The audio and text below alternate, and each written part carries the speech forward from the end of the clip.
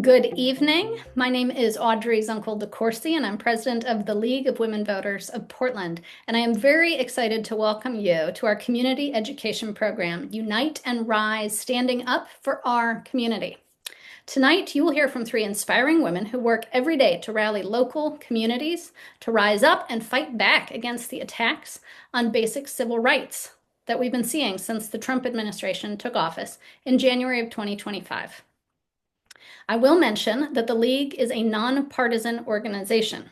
We do not support or oppose any party or candidate. But being nonpartisan does not mean being neutral or being passive in defense of democracy. In fact, that's what we are all about, defending democracy. The League of Women Voters believes that democracy is best protected when voters are informed and engaged, and not just at election seasons. So for this reason, we present programs like this to connect you with leaders at the forefront of current events. Links to the recordings of this panel will be posted on our website by next week, LWVPDX.org. So we invite you to share the video or podcast from this panel with your friends, social networks, colleagues. Our moderator tonight is a member of the League of Women Voters of Portland, Barbara Dudley. And I will turn the program now over to you, Barbara. Thank you, Audrey. And good evening, everyone. As you all know, from the start of the second Trump administration, our nation has endured a rather relentless wave of illegal deportations, of defiance of judicial orders, of attacks on voting rights. And many of us, as we face this constitutional and humanitarian crisis, find ourselves wondering if there's any meaningful action that we can take.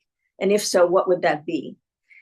So that's why we're particularly pleased to introduce you to our panel of civic leaders who are working relentlessly to protect our community's most vulnerable neighbors and our body politic as a whole against the ongoing attacks on democracy, justice, and basic humanity.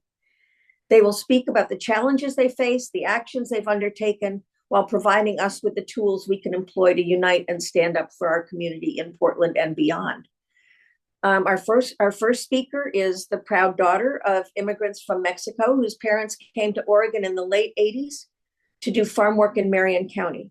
Reina Lopez is president and executive director of Piñeros y Campesinos del Noroeste, otherwise known as PICUN, Oregon's farm worker union, and one of Oregon's longest standing Latinx social justice organizations. A much respected organizer, advocate, and leader, Reina has led PICUN through some historic legislative victories. Her success in building a strong voice for farm workers and for working families has been recognized throughout the state. She's currently one of the chairs of the Oregon for All Coalition, which includes over 100 organizations protecting immigrants and refugee rights. Tonight, Reina will talk about PICUN's resistance efforts to ICE resistance efforts, and how the how the League and members of the public can take action to help vulnerable communities to build resistance to the illegal actions of the current federal administration. So welcome, Reina. Thank you. Thank you so much. And thank you for the warm welcome. As you heard, my name is Reina Lopez. I'm the president and executive director of PICUN, Oregon's Farm Worker Union. PICUN, as you heard, began its work in 1985, actually, to organize and build power for farm workers. I'm also one of the leaders of the Oregon for All Coalition, and that includes 150 organizations across the state that are trying to build a more welcoming and prosperous state for all, by also creating a welcoming and prosperous state for immigrants and refugees. So this coalition has been very active, as you can imagine, over the last year. But for us, it's been really important to be grounded in the story of migration, the story of our communities, and the history of this country and what that's meant for many people for generations. People that are migrating from all across the world come to the United States as a country that is a beacon of hope for people everywhere. And families come here, including my own, seeking safety, families who have the courage and the tenacity to move to this country to build a better life with a hope and a dream. And this dream, unfortunately, has been shattered for thousands of immigrant Oregonians because of the cruelty and the lawlessness of immigration and customs enforcement. In 2025, we saw extraordinary numbers, right? I mean, you are going to see some of the information that our partners at PERC are going to share, but almost 2,000 people detained, separated from their families. These people included a father who was detained in North Portland as ICE agents circled parents, students, children, teachers in drop-off lines. It also included a worker in the Dalles Home Depot who was dragged out of the store in front of parents and their children. This also included farm workers, people who are our members or connected to our members from Woodburn that had their windows smashed in before dawn as they were going to work. Agents got them while they were going to pick blueberries up in Canby, Oregon. So, these are just some of the stories, but I know that many of us hold a lot of these stories dear, and many of these stories are in our hearts today, and we're grieving them. We also know that it's not just immigrants.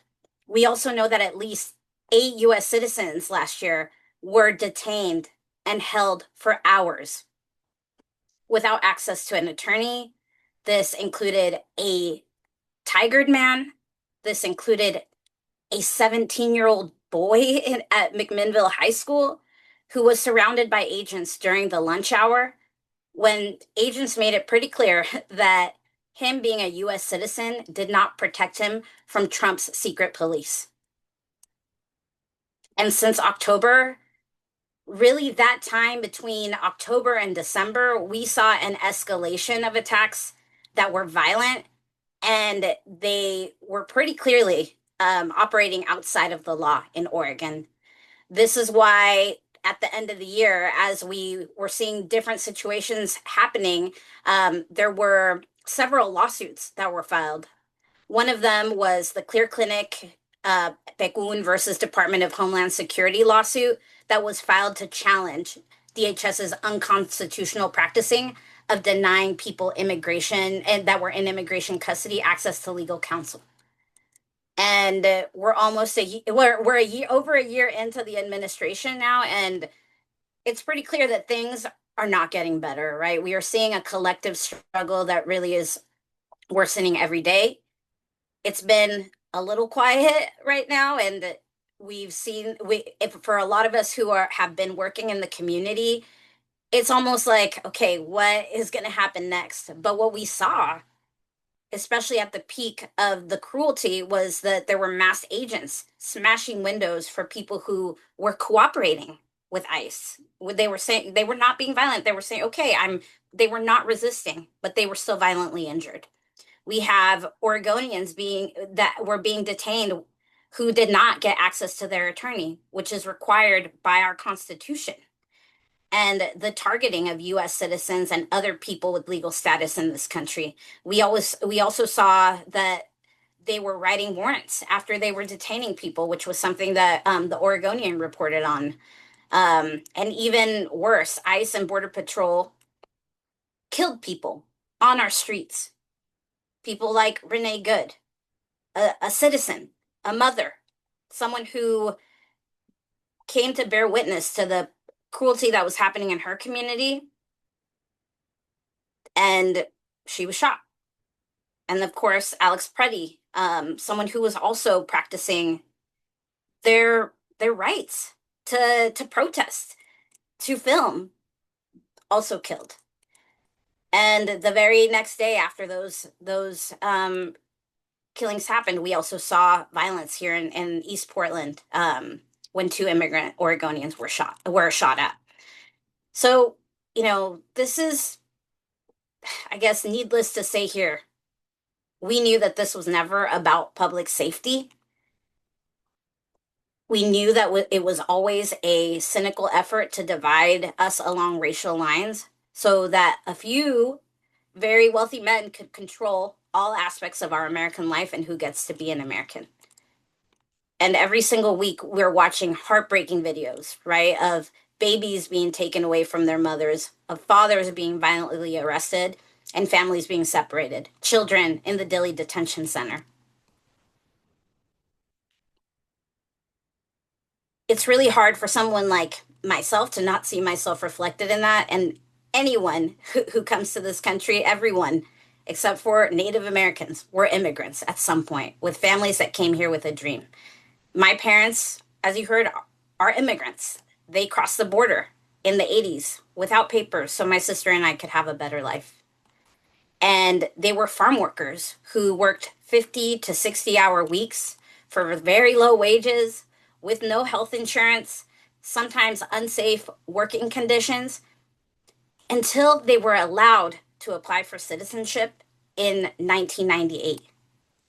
And that changed everything for us. But for hundreds of thousands of farm workers who are coming from Mexico, from Central America, from South America, who are trying to raise a family in safety, they're trying to earn a living wage, the opportunity to do it the right way, that ended decades ago. There is no line, right? There is no line for immigrants like us. And even if you're married to a US citizen or you have American children, there is no line. People basically have to enter a lottery for the chance to do what generations of immigrants were allowed to do before them. And even immigrant workers, people that we called essential during the pandemic, feel like we're not essential anymore. They wake up every single morning trying to deliver this essential work that is the backbone of our economy, and they still can't apply. We decided that we needed to organize. And as you can imagine, for farm workers, we are a majority immigrant workforce. This is why when we saw the peak of these actions and raids taking place in Oregon at the end of the year, we launched a important campaign that we called the Day Without an Immigrant campaign, which we wanted to really show America and Oregon that immigrants are the heart of our communities and that this economy, these communities just simply cannot function without us. So we started to practice these mini strikes basically for 24 hours. We were asking our community to not show up to stuff, not show up to work or close their business or even not send their kids to school as a protest around what was happening. So there are going to be some links shared on the website that you can join the campaign. You can support as a partner. You can sign on to daywithoutanimmigrant.or.com and you can find one of the big events that we're having in a community near you. The next big day is May Day. This is also International Workers' Day. It's a very important day historically for the immigrant community. And we're going to have some marches and rallies in Portland, Salem, Eugene, Ontario, many other places that are signing up. So I hope that you will join us in some of those activities and show solidarity for the immigrant community.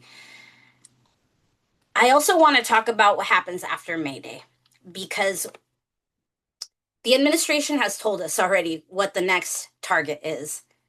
And we believe that the next peak will be as we're building up to election day. We know Trump is going to do anything to keep his unrestrained power and is going to target blue states. He's already said that he wants to nationalize elections. He's already tried to roll back our vote by mail. We know that campaign season's coming up. After Labor Day, there's going to be a lot of candidates knocking doors, getting out there and getting on the campaign trail. But we also need to prepare. What does it mean for a possible nationalization of our elections in blue states? What does that mean to potentially have another round of occupations in our state? What would it look like if these resources that ICE has, or these Border Patrol resources, or even vigilantes decide that they're going to target ballot boxes to intimidate BIPOC, Black and Indigenous people of color voters, to intimidate women, to intimidate young people from voting? We know that Latino citizens, they may try to drop off their ballots and someone could just point at them and call them illegal voters because of the color of their skin. The League has a very important position to play here. The League is well positioned to dust off some of those old playbooks around democracy observation. Much of the systems that we're using now to protect our community is around training folks on knowing their rights, how to practice their constitutional rights, and having dozens and hundreds and thousands of volunteers who are trained on these constitutional rights. And this is where I believe that training volunteers to monitor some of the process to ensure that folks can cast their ballot and remind people that democracy is something that we always have to recommit to as a practice. And these are very practical ways to do it. I would love to know how PDX could support you in bringing back some of those practices, knowing that we have our work cut out for us, especially as we try to ensure that voters, especially our voters who fought hard for their rights, are heard during the election. So thank you all so much for your time today. I'll hand it back to our monitor. Thank you, Reina. And thank you very much for your very courageous work. There are already many questions coming in the chat. And just FYI to those who are watching, if you are interested in asking a question, we'll get to as many as we possibly can. Just put them in the chat and they will be sorted through. And now it's my pleasure to welcome our next speaker, Mary Rose Pachuco, who is a former immigration lawyer whose practice represented asylum seekers, victims of violent crimes, survivors of domestic violence, and individuals in deportation proceedings. Today, Mary Rose serves on the board of the Portland Immigrant Rights Coalition, otherwise known as PIRC, whose mission is to empower immigrants and unite families from all countries and to build a just community in Portland and beyond through community action, education, advocacy, and collaboration. So this evening, Mary Rose will share with us how PIRC trains allied communities to support their neighbors through becoming ice watchers and also to actively engage with policymakers and media to challenge injustices. So welcome, Mary Rose. Thank you, Barbara. Thank you, Audrey, and thank you to everyone who's organized this evening's event. I'm so honored to join you all in this webinar and on the podcast, and a hello to all of you who will be watching in a recorded session in the weeks to follow. I too am the daughter of immigrant parents. My parents immigrated in the 50s from Italy. My mom was a seamstress. My dad was a construction worker, and they came to the United States so that their children could have a better life. They raised 3 children who are all professionals today, and that was their dream. And we carried that dream. And that is the legacy of so many immigrants today. I would venture most immigrants today, that is their legacy. They contribute to the United States. They contribute not only in their hard work and in the legacy of their children and how they serve in this country, but also in their tax dollars. It's a misconception that immigrants, including undocumented immigrants, do not pay into our tax system. They do, to the tune of $90 billion a year. I just wanted to add that because there are misconceptions. I've been asked to particularly focus in on the non-Latinx population. You've heard from Reina, our first guest speaker, about how the Trump administration's policies are impacting farm workers and the Latinx population. I'm not going to be able to address all of these topics in depth, and I'm hoping that you will be able to, I will be sharing these slides so that you can have these slides later on and can delve into this in more depth. So next slide, please. First, I want to address Portland Immigrant Rights Coalition and what we are. As Barbara said, we are an organization that works hard to protect the rights of immigrants. We've been around since 2006. Today, what we are is very different than what we were in the past. We have a number of programs, including and most focused on the Rapid Response Hotline. In this hotline, people call into the Rapid Response phone lines if a loved one has been detained, for example, and the hotline engages with our volunteer Migra Watch and legal observers, who will then be dispatched and will not only verify if ICE is in fact the ones who are on the ground at a community, in a community, for example. But we will have our legal observers who will serve and bear witness to what they see. If someone has been detained, we will immediately seek legal counsel for them. The quicker legal counsel is obtained, and the quicker that legal counsel can start serving and representing that individual, the better the chances are that that detained individual isn't shipped out of Portland, or worse yet, out of the state and to another detention facility. And finally, worst case scenario, even deported. So if a call comes in, we immediately respond. And that is the work of so many volunteers and so many community partners, including Picayune, for example, and Oregon for All. We partner with both organizations and a number of other regional organizations to help support that statewide hotline. We have a resource center. The resource center is across the street from the ICE facility, the ICE detention facility at the McAdam office, if you all know where that, at the McAdam, on McAdam Street, if you all know where that is. And at the resource center, we also have volunteers on the ground that will account for those that go into the ICE facility for check-ins. So they will identify what that individual looks like by dress, for example, by length of hair, and all sorts of things. We will get their immigrant file number, phone numbers of loved ones, phone numbers of their legal representation if they have them. If they don't have legal representation, we enroll them in with another partner organization, the Equity Corps of Oregon, so that if they don't come out of that facility within 2 hours, we again, through our rapid response system, will engage all of the next steps so that that person can hopefully be released before they leave the ICE facility on McAdam. We also advocate for better policies to protect our communities. We do that in town hall, city hall, mayor's offices, with legislators, meetings with legislators, U.S. congressional representatives.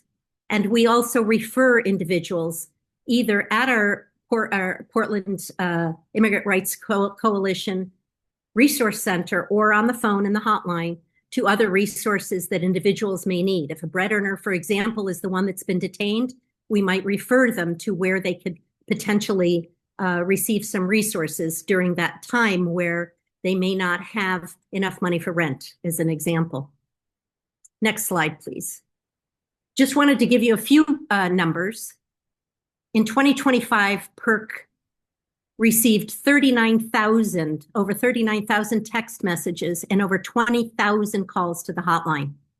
Those are the numbers of people we engage in that either have lost a loved one to detention or an ICE pickup, or have suspicions that ICE is in a neighborhood or at a home or at a building, and we dispatch, like I said, the Migra Watch and the legal observers. Between November and March alone, we've had 3,000 interactions with the immigrant community at PERC.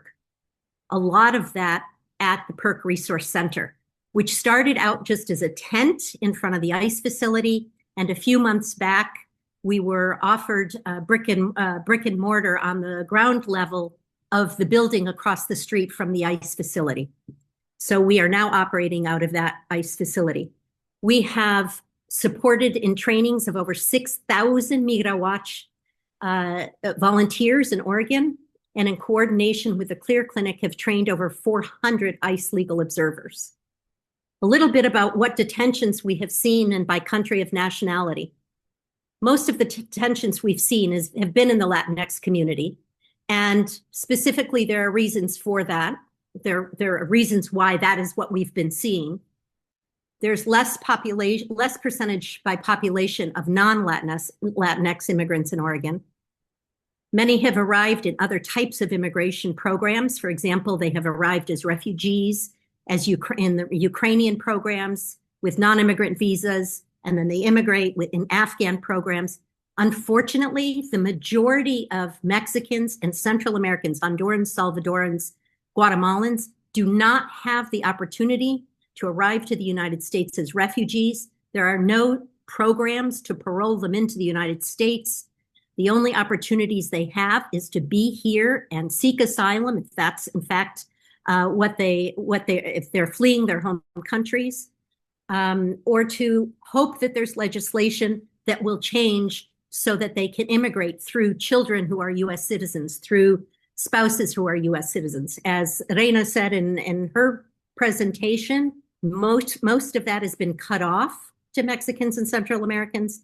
Since 1996, those who've entered the United States without documentation have no opportunity to immigrate to the United States. And PERC has predominantly been doing outreach to the Spanish-speaking communities, mostly because we have not had Spanish-speaking non-Spanish-speaking volunteers. We're making a concerted effort to reach out to more communities.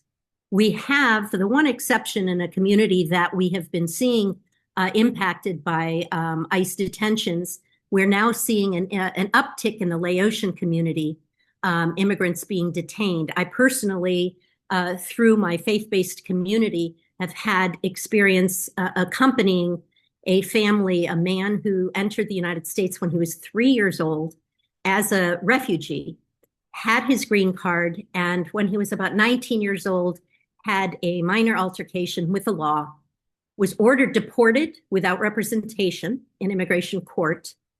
And because he's stateless, this was a Laotian man who was born and lived until he was 3 years old in a refugee camp in Vietnam. Because he's stateless, the United States could not order him deported.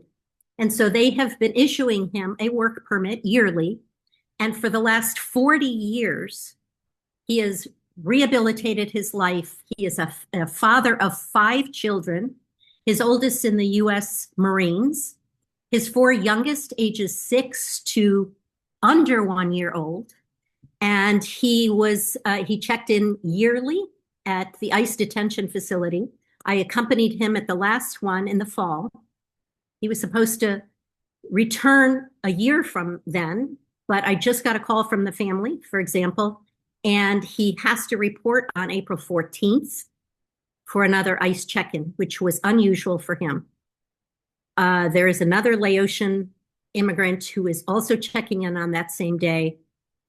My fear is that those 2 men will not be released. So there is an uptick. These are people who have lived in the United States forever. He has never been to Laos. He has never set foot outside of a refugee camp in Vietnam. And so we're going to see some impact in that community, I am afraid. Now I want to talk about how the Trump administration is impacting in different ways the non-Latinx communities. I know you've all heard about safe third country removals. This is an idea that came out of the Trump administration that, hey, if we can't remove them, and by remove, I mean deport them, if we can't deport them to their own country, maybe another country will accept them. So we have seen, for example, and there are safe third countries have included Honduras, Ecuador, Uganda, South Sudan. We have seen 8 men already from Cuba, Laos, Mexico, Myanmar, Vietnam, and South Sudan also being deported to South Sudan. Eswatini, I had to be completely frank, had to look that country up. I had never heard of it before. 5 individuals have been deported to Eswatini in Africa. Individuals from Vietnam, Laos, Yemen, Cuba, Jamaica, the Philippines, Cambodia, to Ghana.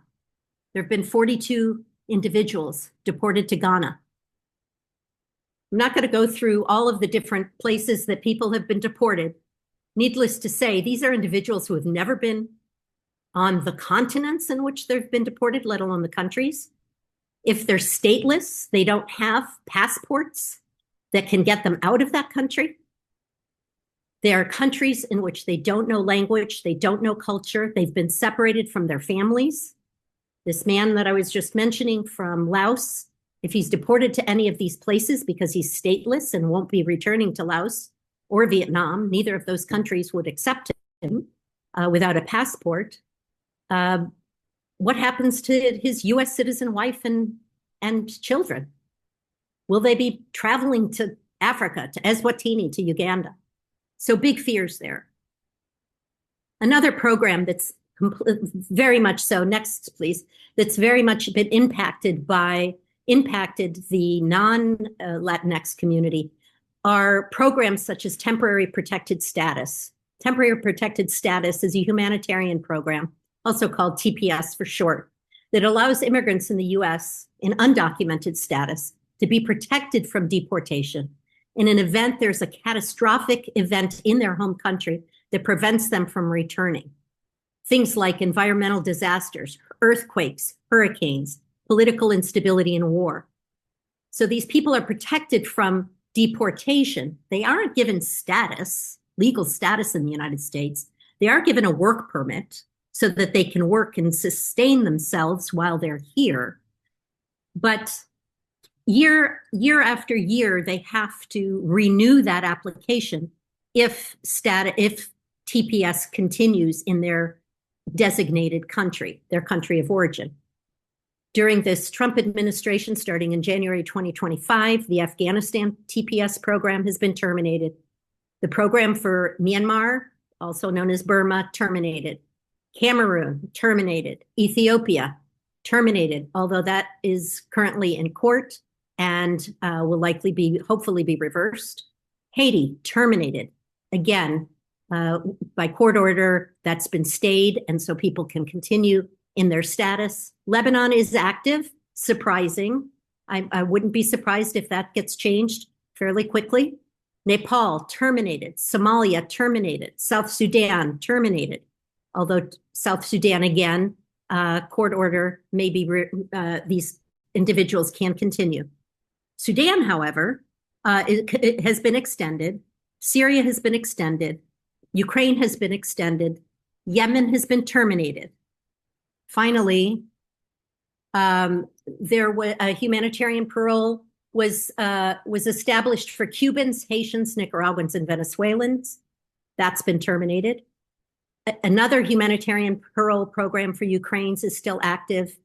The Afghan parole program has been suspended, and I'm going to talk a little bit about Afghanistan and many of these countries in a minute as to why that's been suspended. There's also a refugee program. The refugee programs typically were for countries like Democratic Republic of Congo, Syria, Myanmar, all closed. Right now, today, the only program that is open is for white South Africans. It's the only refugee program allowed currently. And I'm going to talk about the travel ban a little bit. You heard last year in 2005, the first of 2025, the first thing that happened was the travel ban. And the travel ban included 39 countries, well, included in, I believe, 26 countries. It's been expanded to 39 countries. And I just wanted to present a quote here from President Trump about the travel ban. A full travel ban on every damn country that's been flooding our nation with killers, leeches, and entitled junkies.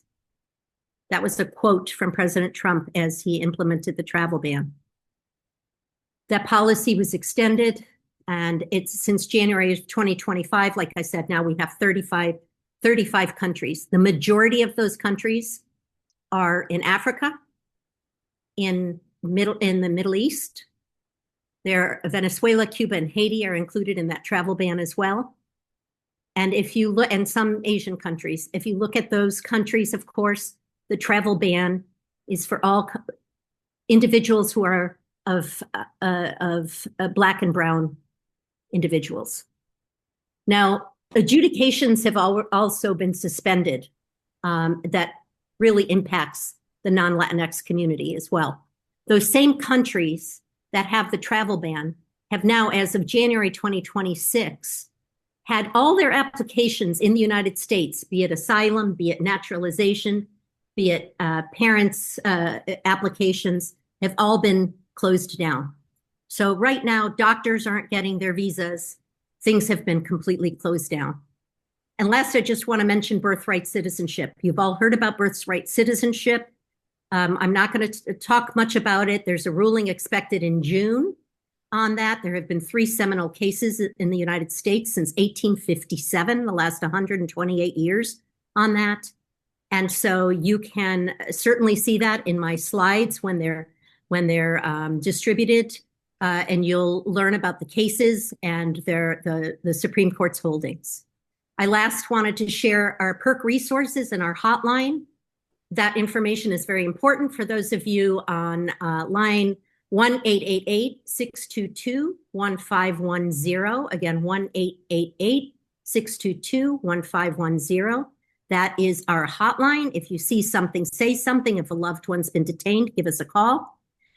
And finally, I just want to say, would love for people to share our hotline number and place it on your speed dial.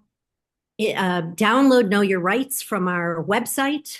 Take it to tabling events. Those of you with the League of Women Voters, if you're tabling, take flyers with you. Take Know Your Rights with you. We have them in multiple languages. Schedule a visit with our resource center, also to collect posters and to get all sorts of wonderful information and see what we do on the ground. Sign up for Migra Watch and our legal observation trainings. You can do that online as well. And host a fundraiser. Thank you to the individual who posted our fundraising toolkit. You can go there. It has a lot of information for you and flyers as well. And please donate. You can also do that online. For those of you who can see the slide, there's a QR code as well. And I thank you all. Thank you for all of your work. Again, we're all here to fight democracy, to stand up for democracy and fight the suppression of democracy and the oppression of democracy in different ways. So thank you all very much. Have a great evening. Thank you, Mary Rose. That was a very informative presentation. And there may be questions that we will get to later. And now we want to learn more about maximizing voting power, since that also is a major issue of the moment. So our third speaker is Emma Jensen, who is Community Outreach and Engagement Coordinator for Portland City Council President Jamie Dunphy. Emma has over a decade's experience in voter education with a focus on unregistered, low turnout, and non-party affiliated voters. Emma has directed several successful electoral campaigns and policy initiatives, combining data-driven, community-informed targeting with direct outreach to make voting and civic participation as easy and accessible as possible, particularly for otherwise disenfranchised or disillusioned voters. We'll learn from her how we can help build stronger connections between our government and Portlanders, ensuring that all of our citizens have a voice in the civic process. So welcome, Emma. Hi. I'm not going to lie, it feels a little weird to talk about data right now. But we're going to do it. I do have some slides, but I do first want to share a little bit of a background story that is you'll understand why I'm here doing what I do. So I'm a former non-voter. My first election was Bush versus Gore, and I watched the Supreme Court hand the election over to George W. Bush. And at that point in time, I said, okay, well, it looks like voting doesn't matter because the people in power will get to decide who's going to run the country. I then spent 10 years in California, registered as a no party preference voter, watching elections happen. I was aware of primaries. I knew people got into Congress. I didn't know how. I knew they got there. But I just assumed, well, I don't get to vote in those. I vote in presidential elections because someone tells me to. But as far as I knew, I couldn't vote in primaries. I couldn't vote in congressional elections. I didn't even know we had a state legislature until 2016. And because I paid attention, to things, in my particular case, it was healthcare policy. that I'd never seen anyone fight for until I saw Bernie Sanders, who I'd followed during healthcare debates, talking about healthcare policy and universal healthcare, that I thought, oh, maybe my vote will count for something. And that's how it started. Because if me, who looks like this, who now in my 40s, lived with my parents, didn't have to pay rent, went to a good college, did really well in high school, if I didn't know anything about state government, let alone local government, or when elections were held, or whether I was allowed to vote in them, if I didn't know those things, what about people who don't look like me, or people who are working full-time jobs, or who have kids, or who are economically depressed? And so things escalated quickly, and here I am now. But when I started going, where are the me's? Where are the me's that if they just had one election where they felt heard and listened to, we're going to become the organizers. We're going to become the staffers. We're going to become the elected officials. How are we going to get them to be able to participate? And not just to be able to participate, but to feel like participating matters. Everyone who doesn't vote has a reason that they don't vote. And it's not an excuse, and it's not a duty, a civic duty, because some of us just didn't know. For folks who aren't millennials and young Gen X, we didn't have civics education. So I came out being able to tell you the entire Renaissance history of Europe, but I could not have told you who my city councilors were, or whether or not I had a city council. Some people, a lot of people, just don't know. Or even if they know there's an election, they don't know they're allowed to vote in it. It's just never been normalized for them. All of the things that are up here, I don't know if you can see my cursor, these are all the things I just talked about. But there's also other reasons why people don't vote. And these are the issues that we see most often in East Portland. We have racial and cultural factors and systemic oppression and straight up violence. These are the folks who have been displaced from places like Albina and Humboldt. These are folks whose families, maybe they were born here, or they had, they were part of DACA, they were able to get their citizenship, but their family is being targeted by ICE. Their family has been deported. Their family is not feeling safe going to the doctor and seeking medical care because they're afraid that they're going to be profiled based on the language they speak. These are the folks that, when we're talking about people who look like me who don't vote, those of us who can vote are voting for the folks who can't. And that is where targeting comes in. But first, here's a little anecdote. All right, I'm sorry, I'm so distracted there. I'm moving, I'm trying to make this go away so that I don't see myself. There we go.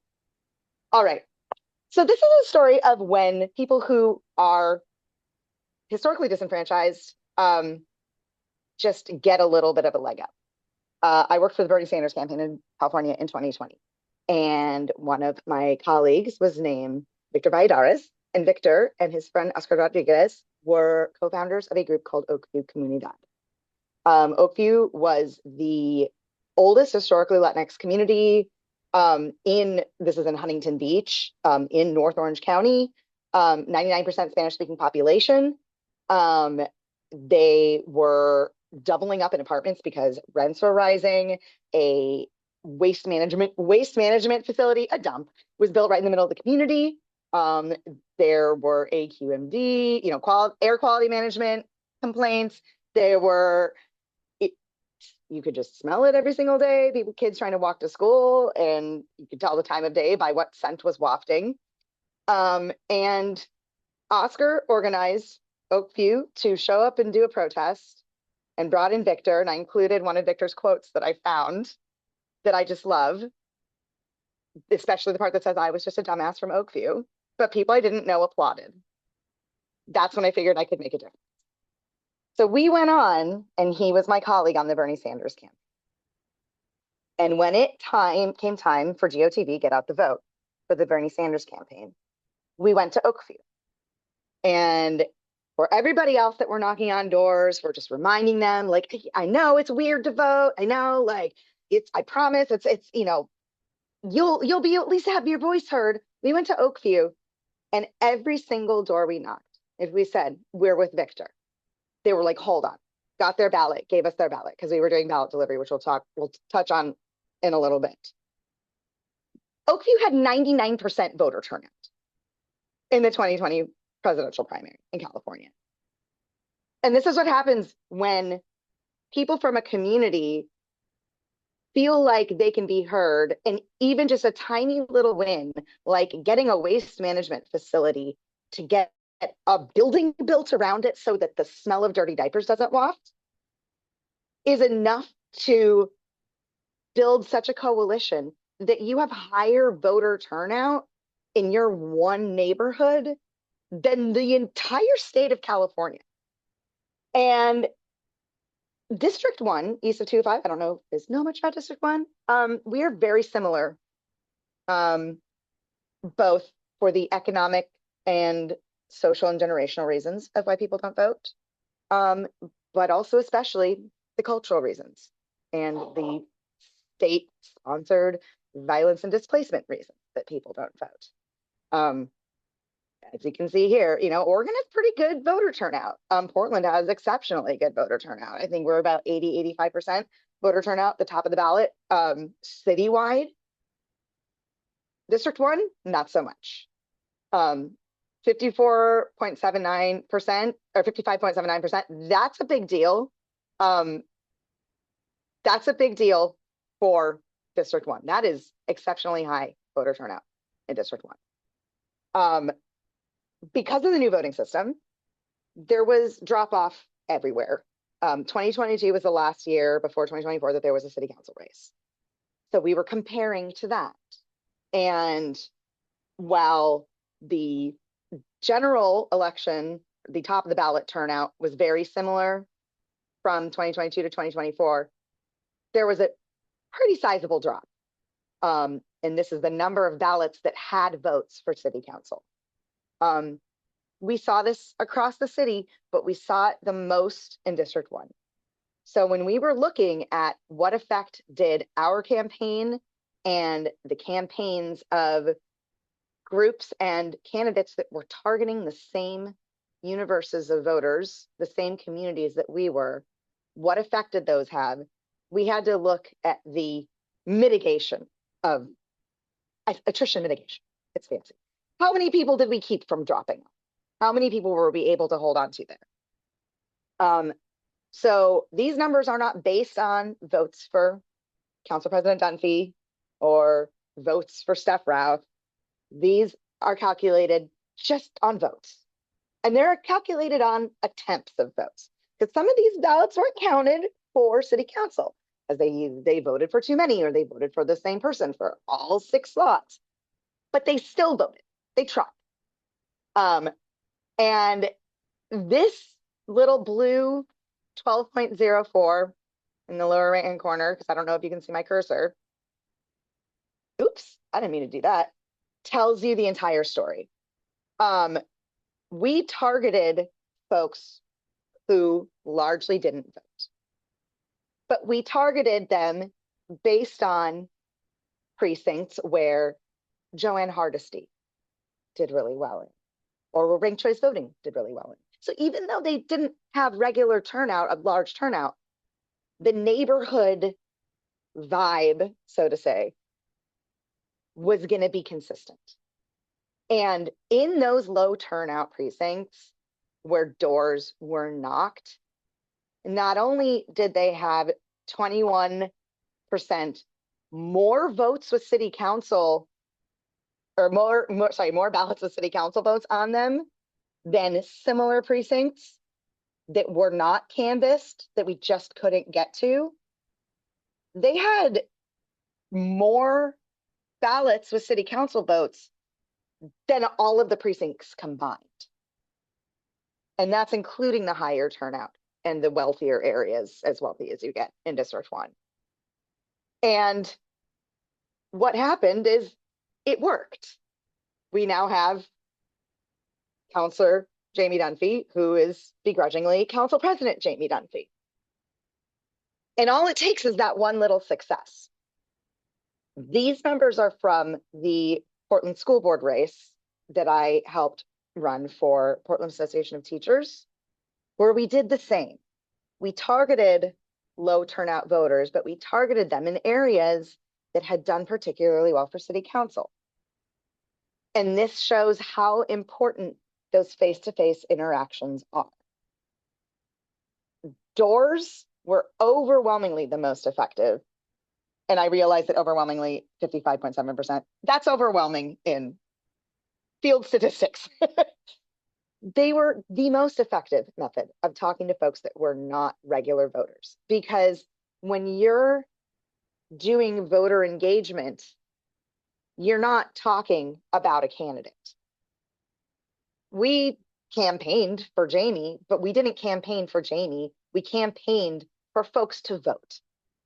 It just so happened that the people that were there to help them along the way and to teach them how to fill out the ballot or let them know there was an election were from Jamie Dunphy's campaign. This is kind of my joke slide, but it's true. Know your audience. And this isn't just generational, but I kind of love it. Anyone who is planning on doing voter engagement in the spring or in the fall, 18 to 24-year-olds really like to talk on the phone. I don't understand it. No one understands it. Millennials, don't you dare call us. But aside from just the generational factors, know who you're going to talk to and know who they're going to trust and listen to and who the messenger really shouldn't.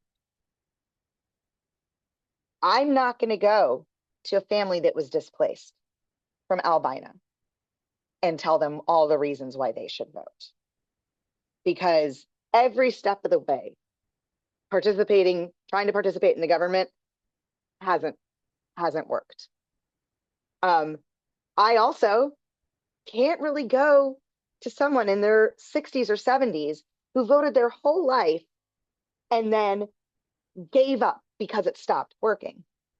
Because they're going to see me and go, oh, you're young, you're so full of hope, because I look younger than I'm in my 40s. You have to meet people where they're at and operate on a system that you need to earn their trust. You don't need to convince them who to vote for. You just need to convince them that it's worth filling out some bubbles on a ballot. This is more data by age. And what happens when you have a little victory? So just like we had in District 1, they had in District 3. So for the Portland Public Schools race, that doesn't include District 1. We did some math, and the precincts that wound up being our priority precincts happened to all be in District 3. And we based that on precincts where one of a number of candidates got more than a third in first round of voting. And in this case, it was Tiffany Koyama Lane, because she was a PhD teacher. And where at least 50% of ballots had votes for city council, because this election had just happened and they just had that success. So all we're doing is coming back, not just to those people, but their neighbors, and saying, look how this worked last time. It can work again. And it worked. So you can see the difference between the school board races from 2023 to 2025, where the number of ballots received in that election, because it wasn't just school board, the number of ballots received was smaller, but the number of ballots with PPS votes were higher. But when you look at the numbers from our priority precincts that were lower turnout historically, you see a 5% difference in ones where we had real conversations with folks versus anyone else. 5% to 1%. So the majority of this increase in PPS votes, that's because of face-to-face conversations that the Teachers Union and Latino Network and Next Up were having with voters who were largely formerly not regular voters. And this is what we're doing now in District 1, and I know we're wrapping up. It doesn't work just with, like I said, you have to meet people where they're at. It doesn't work with just people who don't vote. You have to build the coalition around supporting the people who, once they do feel comfortable speaking to you, are ready to turn in that ballot. That's where ballot delivery comes in. Find the groups that are already doing the work on the ground. It's going to be uncomfortable. Deal with it. It's okay if it's uncomfortable. Expect them to distrust you. That's okay. They have every right. Be honest, be yourself, be messy. Lord knows I am. And it's about making the connections along the way that are going to lead to trust enough when it's time to turn in that.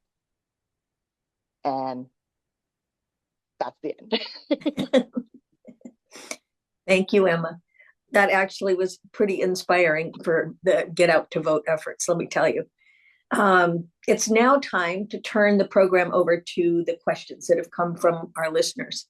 So I want to remind you that you can put questions in the chat.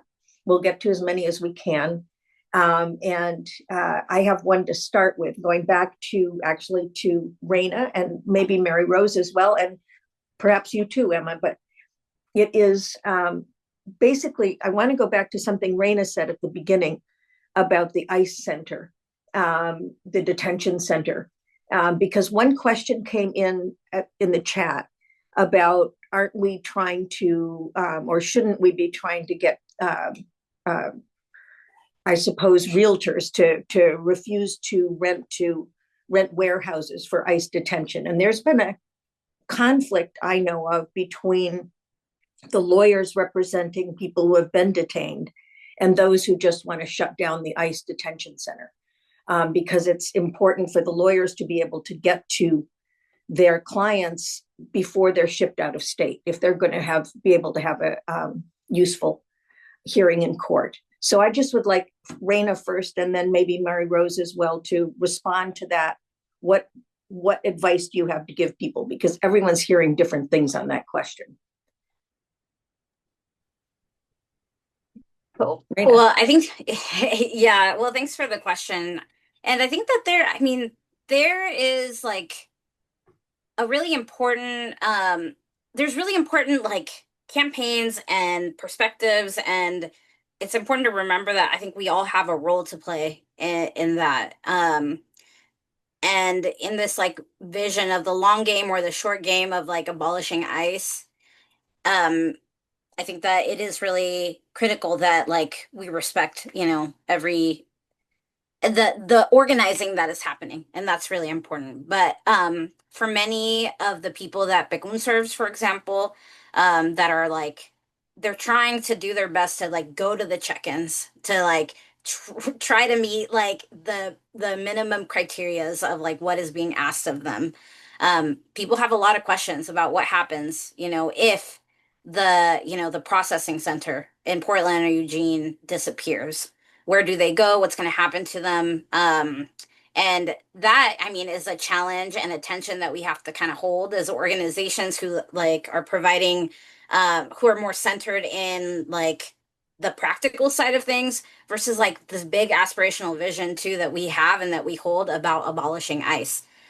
The other element too there is that it's important to remember that what we have in Oregon is not a detention center. It's a place where folks are checking in, they are getting processed. Sometimes they are held for, a certain amount of time. But the detention center, the closest one that we have, is the one in Tacoma.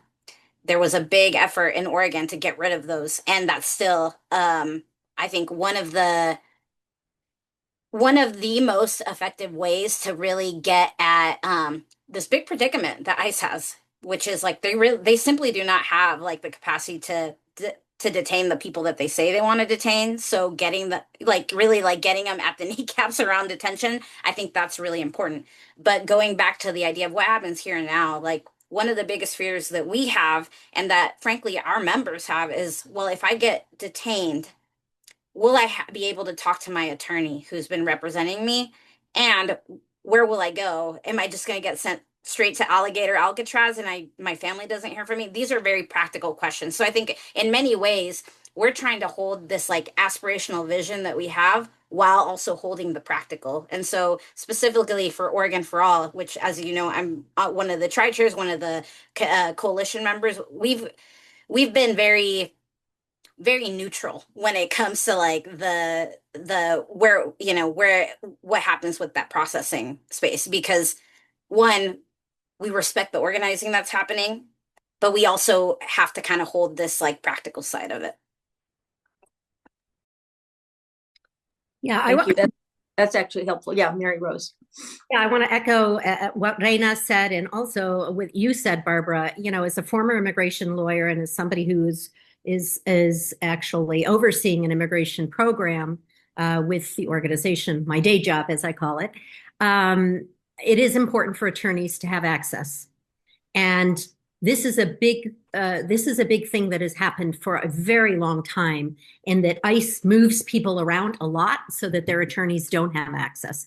So the fact that we have a facility and they can only hold for 72 hours here, they can't hold longer than that. Have they violated that? Yes. But 72 hours, that gives an attorney time to run down to the ICE facility, get into that building and have conversations, have forms signed, have the story told, find out about how their constitutional rights were violated, all of those things to build up a case so that if they're placed in court proceedings, which is the best outcome in these situations, because right now they're just deporting people without even that due process, they have support for their legal positions, right? I agree with the aspirational goal. Do we all agree that we'd like to see ICE gone forever? Yes. We're fighting. This is a David and Goliath fight. They've got $75 billion to put up facilities, to build new facilities. They don't need to rent facilities if they don't want, right? They have federal money to do a lot. We're all nonprofits trying, individuals on the ground, volunteers, trying to do this work to fight the violations of constitutional rights. So I think it is important to have an attorney nearby that can present. Even our folks, for example, as soon as they're pulled out of the McAdam facility and sent up to Tacoma, it's already become difficult. One last thing, there have been, and has been conversation about lawsuits to hold ICE McAdam office, their facility, to account for what they're doing, right? To any violations that are happening in that facility. So there are ways in which we can mitigate some of the issues through lawsuits, through court orders.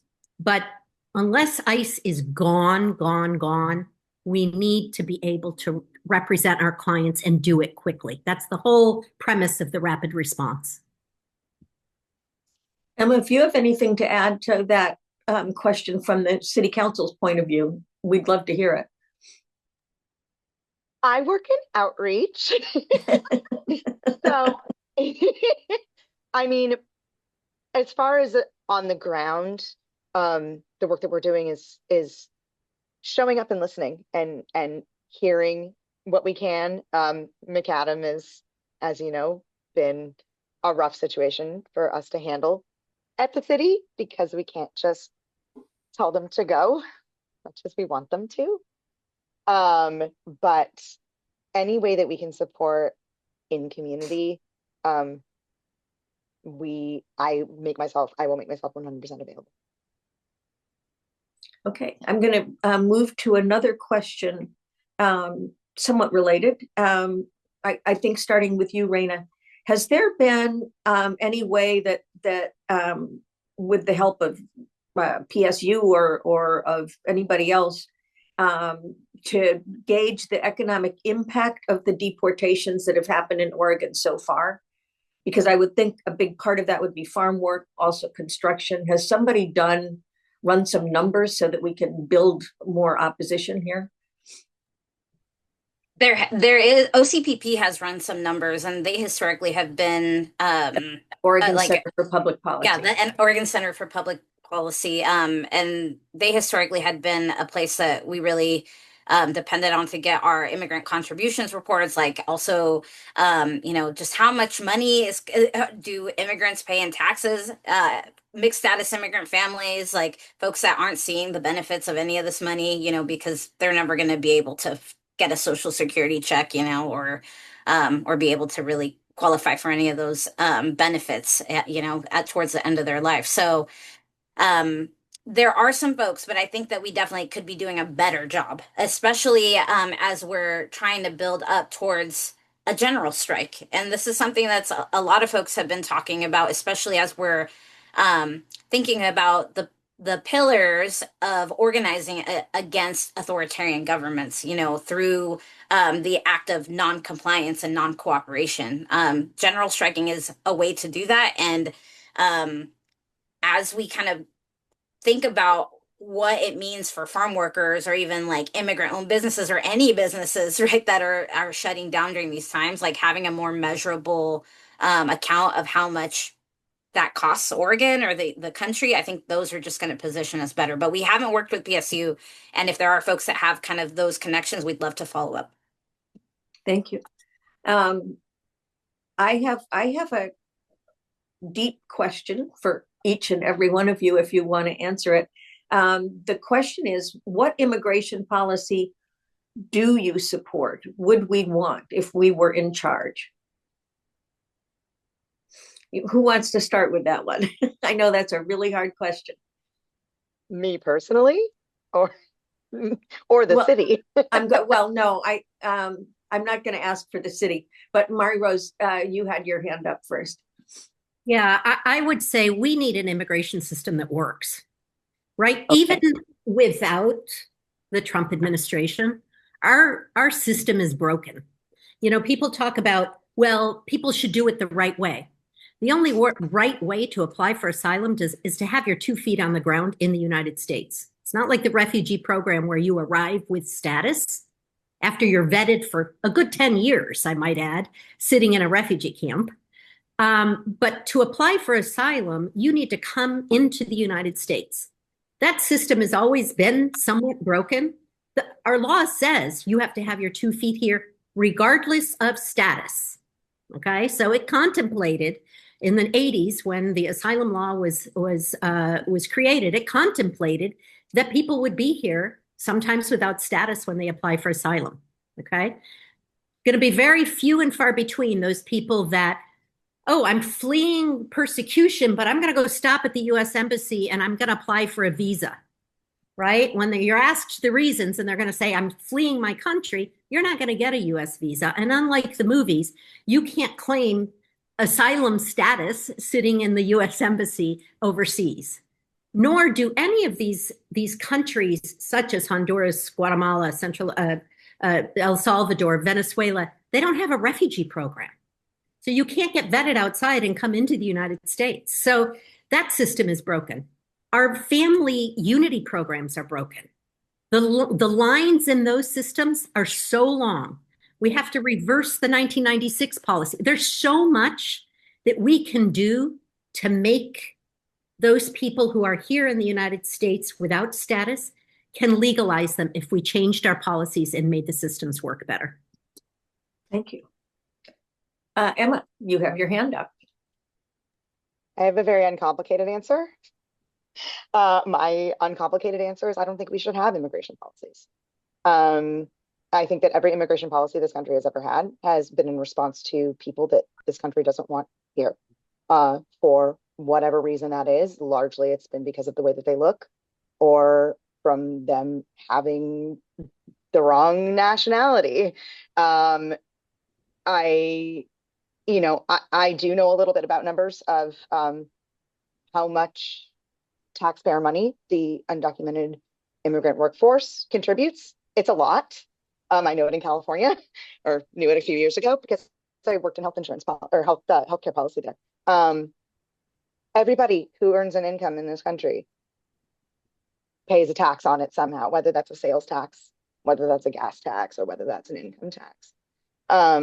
So that's how I feel. I think that we don't need to complicate things up by saying who can and can't be here. Right. Yeah, thank you.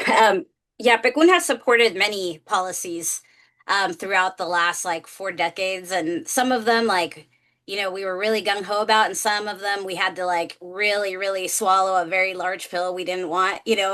Whether it was 1986 through the Immigration Reform and Control Act, which was how my family was legalized, and a million farm workers were able to gain legal status, and that has set the groundwork of how we've been able to build power for Latino communities in Oregon, and what that has meant since then to like even most recently, the comprehensive immigration reform that was so close to passing in 2013, the Dream Act, the even the Farm Workforce Modernization Act that we really had to eat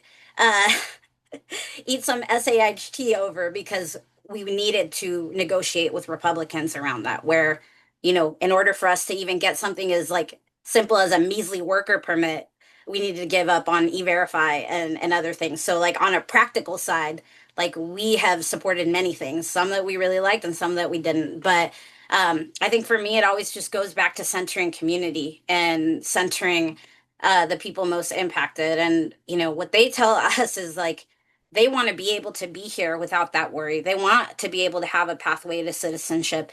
And that's not something that we have been even given the option of or the luxury of. I think that people in, farm worker communities, we actually think very practically about this. And the reality is that this country has never had a system of immigration that actually works for the demands of the country, the promises of the country. My family didn't come here because we wanted to leave, right? They were farmers. They farmed their land. That's how they made money. They weren't farm workers. They fought for those lands. And because of international policies, those lands became unfarmable and they had to come here to be exploited. So, I think some of that understanding that history is really important, but today, and it's still like the number one thing for farm worker communities, Latino immigrant communities, it's a pathway to citizenship, a pathway to legalization, even something as simple in the short term while we fix this thing as a worker's permit, and dismantling ICE and the violence of ICE and the lawlessness of ICE, and resetting this whole situation. Thank you. I will move on then to an ICE related question that came in, which is, what information do you have about recruitment of ICE officers here in Oregon? Is ICE still hiring? Anybody know? Yeah. I don't. No? I certainly haven't heard. Yeah, go ahead, Raina. I mean, considering the budget, I think we're going to start seeing that again, right? But, with the current shutdown, with the current dynamics, with the change in leadership, it feels like there's a lot of like reconvening that's going on in order to get to the levels of how much recruitment they were doing last year. I think, that's still to be seen, but it feels like they're like in a like let's regroup, and we may be seeing more of that after the end of the summer or even after the election, which if voters send a message to Republicans that what they're doing is right and they continue to put these folks in power to take over, to continue to have power over the Senate and the House, then I think we will see a significant increase in ICE officers and Border Patrol again. Okay, we're getting very close to when we have to wrap. So I have one lightning round question for all of you, just as we wrap it up. And this is literally like a 20-second answer. What gives you hope these days? Who wants to start with that one? Honestly, I mean, I know things are bad, but a lot of things give me hope. I think that the youth really give me hope. Just a few weeks ago, I got to bear witness to 5,000 middle school and high school students walking out in Salem Kaiser, and it was amazing. And it made me feel like, wow, we're going to be okay. Then a week later, I was down at U of O with a bunch of the students down there that threw a farm worker summit, and they were just so excited to hear about what we were talking about, and who we were working with, and the campaigns that were happening. That gave me hope. Then 2 days later, I was down in Medford. No, I was down in Ashland at ASU talking to 300 high schoolers about the current system, and them just like seeing their political awakening was incredible. Like it was a collective, you could see the collective awakening. And to me, that gives me so much hope. Yeah. Yeah, I would like to say youth absolutely. So everything that Raina said. And, last weekend or 2 weekends ago was Easter. And as a person of faith, thought about death and resurrection and what that sort of means. And that's sort of what we're going through, right? We're going through that dark time, and we will come out of it. Does that excuse any of us from the work that we need to do to get out of it? No, absolutely not. All of us has a role, but we will get out of this. And I think we have to maintain that faith, that hope, and do the work. Emma, one last word. 10 seconds worth of hope. 10 seconds. The organic organizing that I see on the ground. I still do a lot of work in California as well. And there's one thing that I love in the organizing world is that there's no original idea. When someone's having an idea in Southern California, there's someone up here having the same idea. And even if those people have never met, I'm hearing it over and over again in every room that I go to. And so it's just a matter of giving them the tools that they need to take over.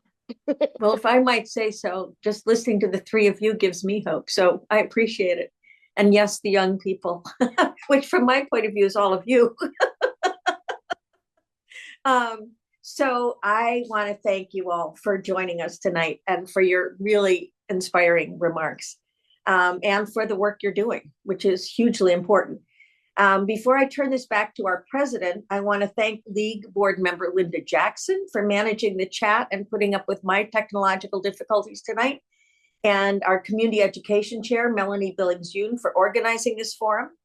And with that, I will turn the microphone back over to our League president, Audrey Zunkel-DeCourcy. Well, thank you all. Thank you to our wonderful speakers. I am feeling empowered and hopeful and really grateful that we have each other in this work. So thank you all for sharing from the work you're doing. I want to thank our host, Barbara Dudley. I want to thank Metro East for recording our program for later viewing. I want to reiterate the thanks to our Community Education Committee and Chair, to our volunteer Linda. I also want to thank our Office Manager Ryan for all their help on the back end of this. And I want to thank you, audience members, for your thoughtful questions. I know we can't get to every topic and even every question that was raised tonight, but I really hope that we've given you a lot to think about and that you'll continue to be thinking about this and coming up with more questions into the coming days and weeks. We'd love it if you would tell your friends, your colleagues, your family, your neighbors to watch the video or listen to the podcast of this program, which will soon be available on our website, LWVPDX.org. We'll also post links to the resources that our speakers mentioned so you can follow up with all of that. Funding for this program is provided by the Carol and Velma Sailing Foundation and by individual donors to the League of Women Voters of Portland. The League of Women Voters is a membership organization, and we thank our members for their generous volunteer and financial support for our educational programs. If you are not a member yet, There is still time, and we invite you to join the League. You can find membership and donor information on our website, LWVPDX.org. With that, I'd like to send you out on your evening. Thank you again to our wonderful panelists, and thank you all for joining us today.